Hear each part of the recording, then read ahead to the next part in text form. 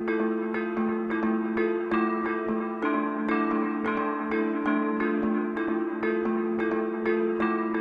Farage. Thank you. Good morning, everybody.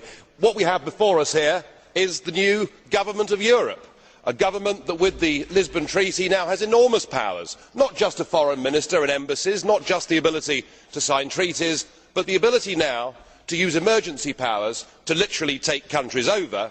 And yet what we have heard from the European Parliament big group leaders this morning is the demand that you take even more powers and do it even more quickly. And perhaps it is worth reminding ourselves that this treaty that gives this Commission these powers does not have democratic legitimacy in the European Union at all. You ignored referendums, you denied referendums, and you bullied the poor Irish into voting for a second time. Now I am struck that the common denominator with this Commission is the sheer number of them that were communists or were very close to communism. Mr Barroso himself was a Maoist. Sim Kallas, far from being a student activist, was even a member of the Supreme Soviet, so a top-notch communist we have there. Baroness Ashton ran CND and still refuses to tell us whether she took money from the Communist Party of Great Britain. Now I could go on, but we'd be here for some time.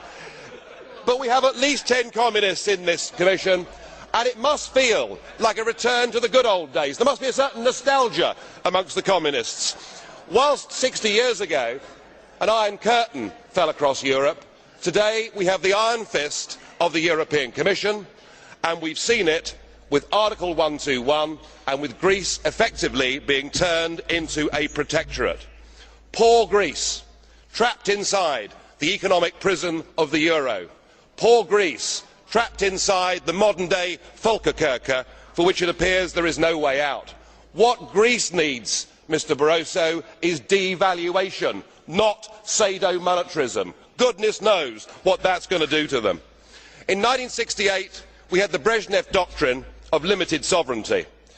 Today we have shared values, we have ever closer European Union and pooled sovereignty, and that is what you have used. But of course it will not just be Greece, because the same is going to happen to Spain, to Portugal and to Ireland. 121 will be invoked with all of those.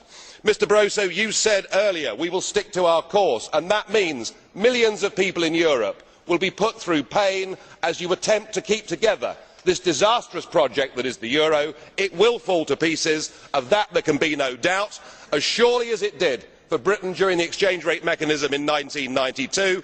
You can laugh, you can smile, it won't work, it can't work, it will fall to pieces, and as far as the peoples of Europe are concerned, the sooner it does, the better. We need democratic solutions to this. If you go on pushing your extreme Euro nationalism, this will lead to violence. We must vote against this Commission. We must put the future of Europe to people in every member state in free and fair referendums. Thank you.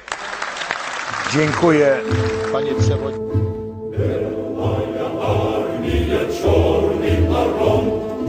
No,